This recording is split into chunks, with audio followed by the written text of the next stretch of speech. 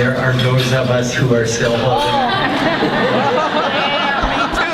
Me too. Should I mention not only Asia, but the director of computer engineering?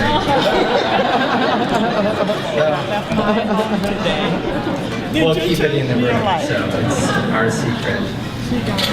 In the interest of time, and certainly to get started and jump right in, I want to first start out by telling you how and why I'm here today.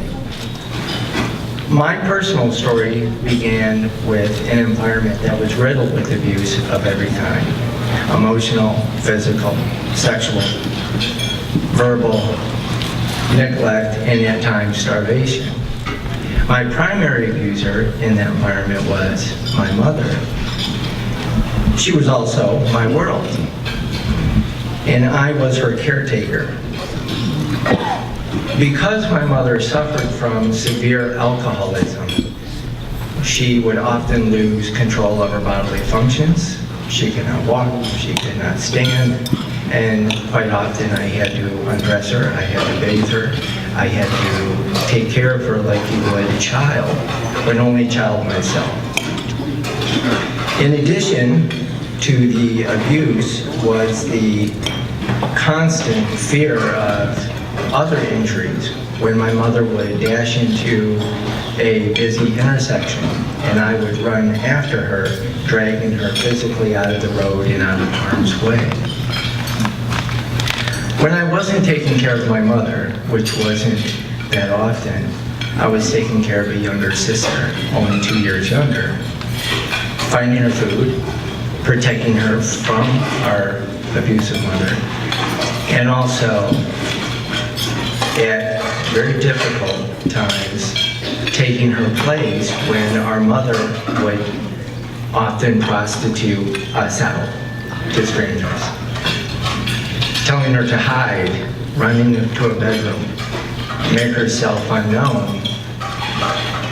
At this age, only a child, I'm operating off of pure survival, not only mine, my youngest sister's, but also my mother's.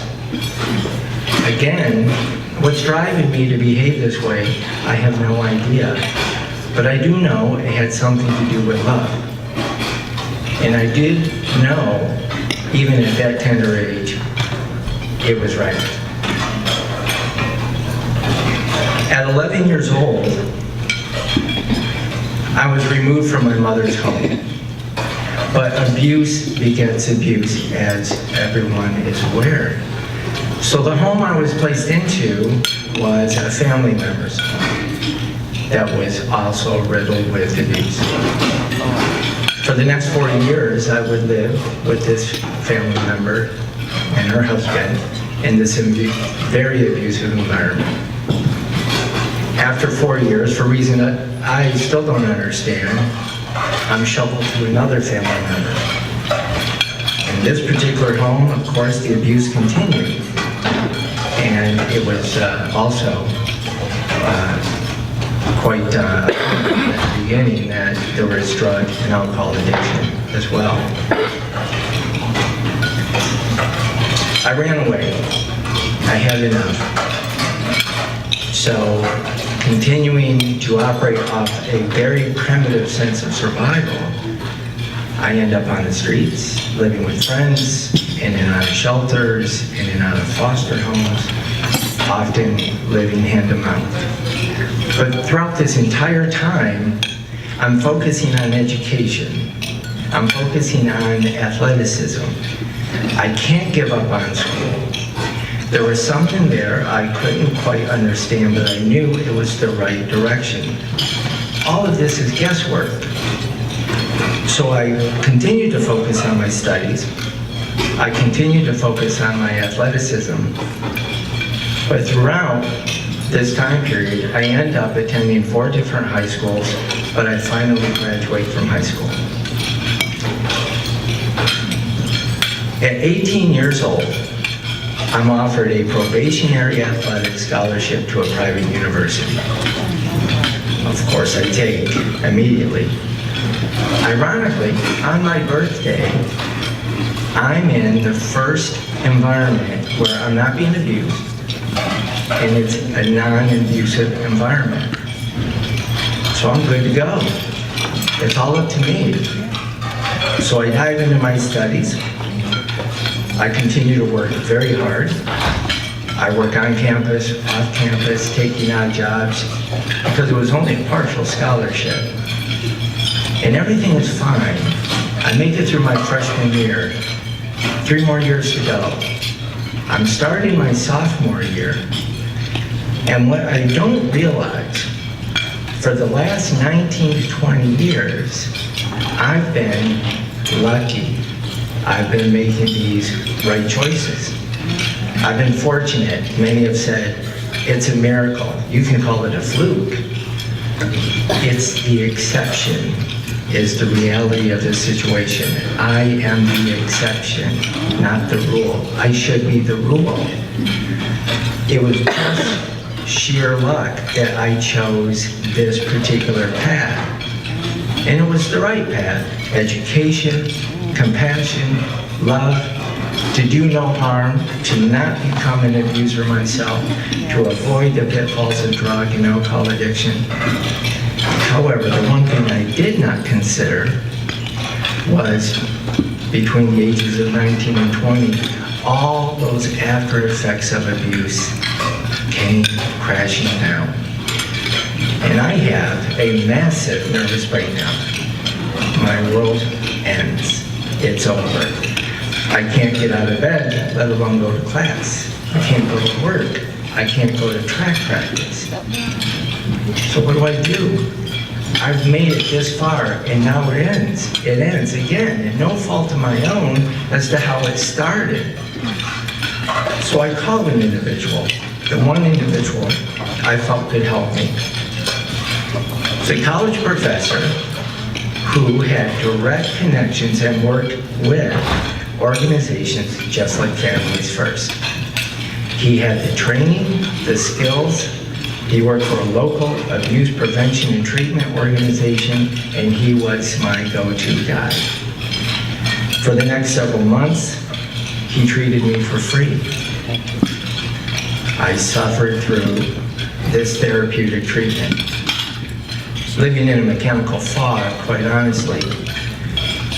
I went to my classes, performed my studies, went to track practice, and went to work. About a year and a half later, as I worked through the nervous breakdown and continued to work directly with this very compassionate man, he did something that was quite unique to me, especially. He treated me as if abuse was an illness, a disease. It wasn't just a social problem. It wasn't just a terrible thing that happened. And through my personal and professional research, I have found this to be the absolute truth. And I would like to point out, and I know there's some IT people here today, I took the liberty of putting together a comparison chart. Can we have that somewhere? Flip that up. I have a flip phone, and if I have a computer, right?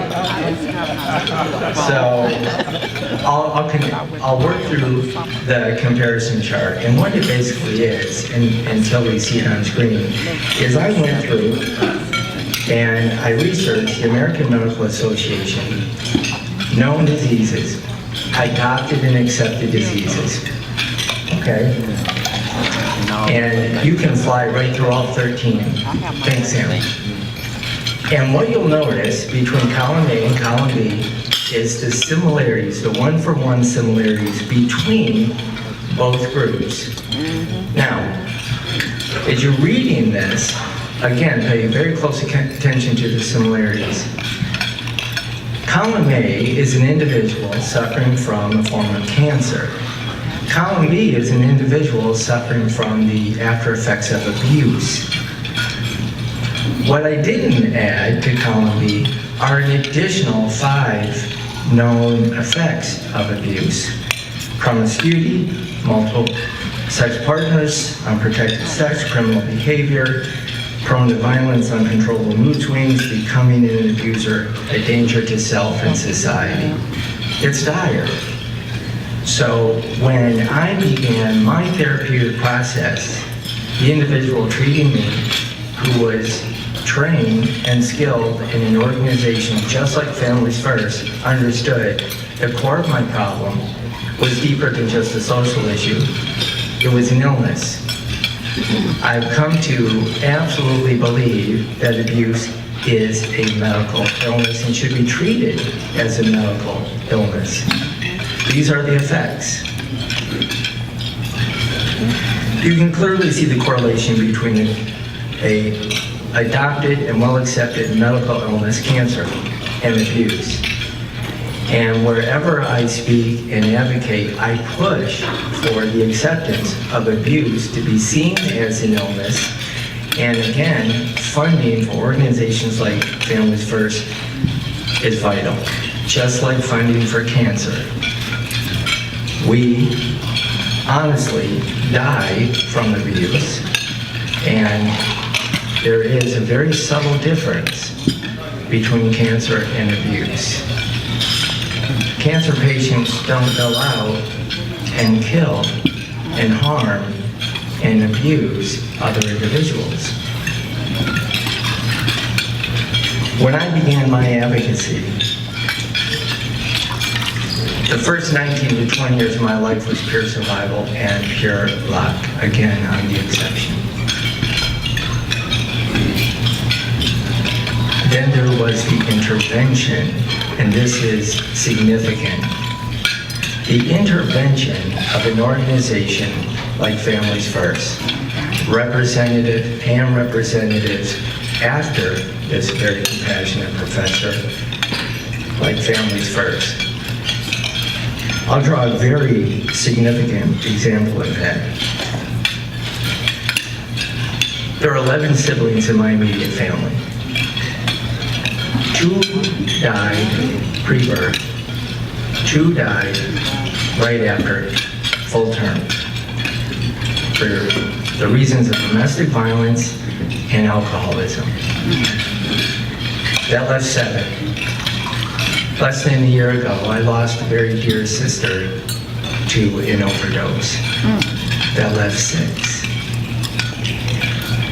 4 of my siblings are abusers, addicts, incarcerated, and I have absolutely no idea where they are now, whether they're alive or in prison. That leaves 2, myself and my younger sister, for one significant reason. Quite indirectly, a nervous breakdown brought me to an organization like Families First. My younger sister, being obviously smarter and more proactive, went and found an organization like Families First and got help. Together, her and I became, with the help of an organization just like this, functional members of society. Now, not only can I draw a direct correlation between abuse and medical issues, but there obviously is a direct correlation between abuse and socioeconomic hardships. I, along with my younger sister, have become contributing members of society. You can put the ethics and the morals and the religious beliefs aside, and certainly hurting one another is just simply the worst thing we can do. But this is also draining our coffers. It's decimating societies. Abuse has never, ever brought profit or potential to any one demographic. I'm often challenged, and I don't mind the challenges, I welcome them. And people say to me, well, you do know that what you're doing is really great, but you're never going to wipe abuse off the face of the earth. And I said, that's absolutely correct. I'm a realist. Of course not.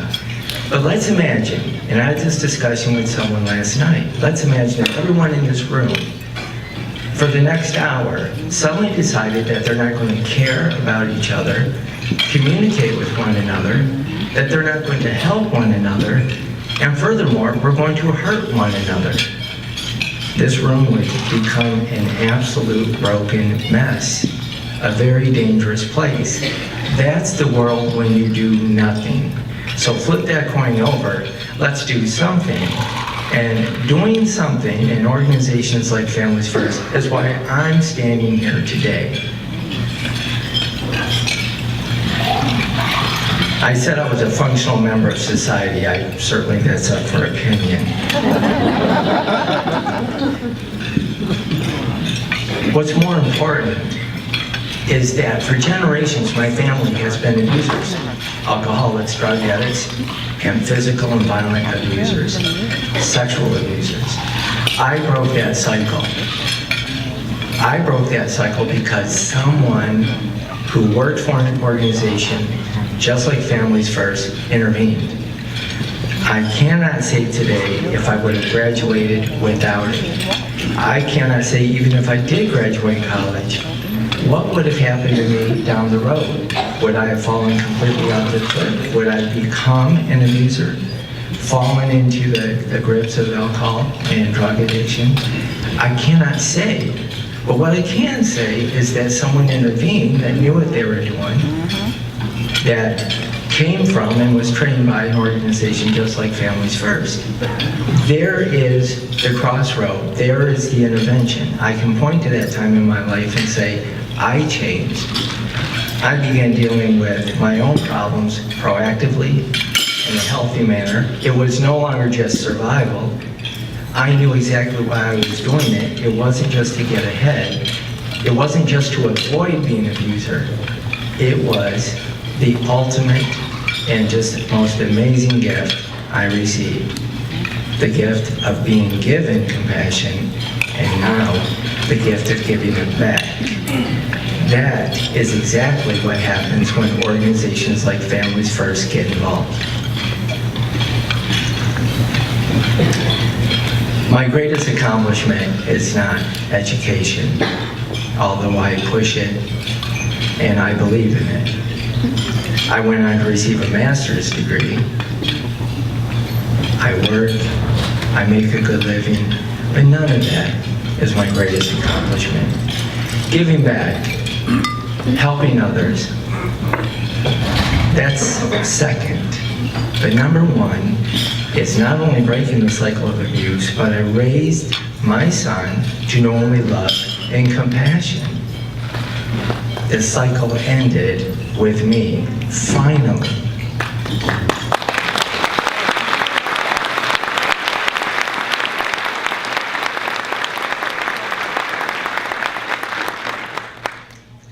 I often tell him, I'm going to use you for sympathy and really to get them. And he said, as long as it's for free. So, it's still for free. Breaking the cycle has allowed me many opportunities. But more importantly, it's allowed others many opportunities. It's allowed for a more safer and gentle world. I have seen the opposite. I came from the abusive environment. I know what happens behind those closed doors, and I know the end result of not dealing with that. To prevent abuse altogether would be absolutely amazing. To treat abuse is absolutely amazing.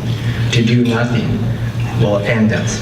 It is the end of civilization as we know it, and I am not saying this because of the fact that I was a victim. I'm saying this because I'm a realist. And it's very good that I'm not passionate about it, you know, because my head would explode. I have often the conversations end in, it's really nice what you're doing, but I remind people that I'm not doing this to be nice. I don't even know if I'm a nice person. I'd like to think so. A legend in my own mind, things like that, sure. But when I see that I have made a positive difference in someone else's life, I see that the entire spectrum play out before me. Not just the grand gesture of compassion. Not that human rights were upheld and should be at the forefront of every agenda, political and otherwise. Not just that good feeling of knowing that you're doing what's right, but also it builds our society. It makes us stronger, it makes us more productive. It allows this cycle to continue paying forward. And those are two words that are very important with regard to organizations like Families First. They pay for themselves. They pay it forward. So when I look at funding, and I deal with budgets all the time, and I look at organizations like Families First, it should be a no-brainer.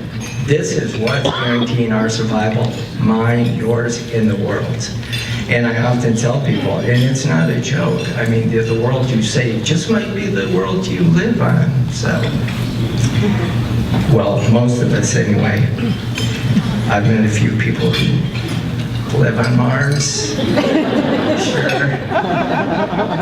It makes for a fun conversation, but the point is very sincere. We cannot make it without addressing this problem just as Families First is addressing it.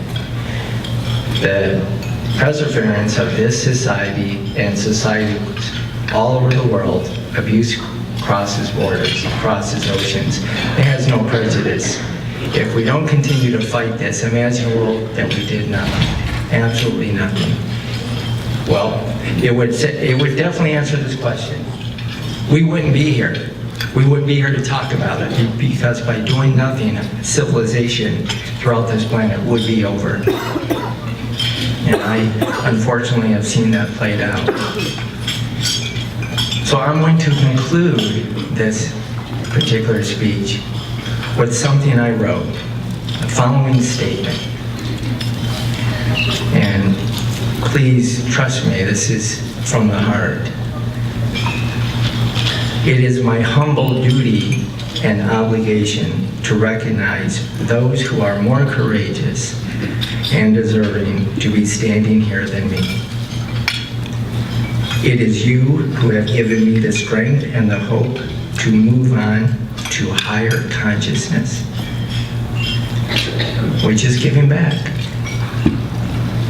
When I'm down, feel lost, feel afraid, I'm suffering from many chronic nightmares. I remember those of you who have been fighting long before I began even advocating, before I wrote my first book. The path was set and carved out as stony ground long before I took my first steps. To you survivors, to the Families First organization and all your volunteers and representatives, it is you I dedicate this speech and my life. You who have been with me on this journey are with me today and will be fighting long after I am gone. I'll never forget, it is people like you who began this fight long before me. I'm humbled to be a part of this fight. Why I do it goes beyond cathartic, and it goes beyond just being the right thing to do. There is an answer into what we're doing, and it is honestly a universal answer. And I once said, there are no secrets. The secrets of the universe are there are no secrets. There's definitely something more than right with what we're doing. It's life itself, and the prosperity and the continuation of a very productive and happy life. I continue to learn many things on this journey. One that stands out as also a very humbling experience is to know beyond a shadow of a doubt a child has more power, more resilience, and an immeasurable fighting spirit far beyond what I and many adults have. I've seen it, I was it. So I give special acknowledgement always to the children. That is where I began, will always begin, and where I will end my life. my own death, living with the heart of a child. That is exactly what Families First does. It works, it operates, and it lives with the heart of a child. That immeasurable hope. And this is why I remain so very humbled to have been invited to speak to all of you today. So God bless, please don't quit, and thank you, sincerely thank you, for holding on to hope and allowing we survivors a chance to finally lay down this crushing weight of despair and letting go all of our secrets. Thank you.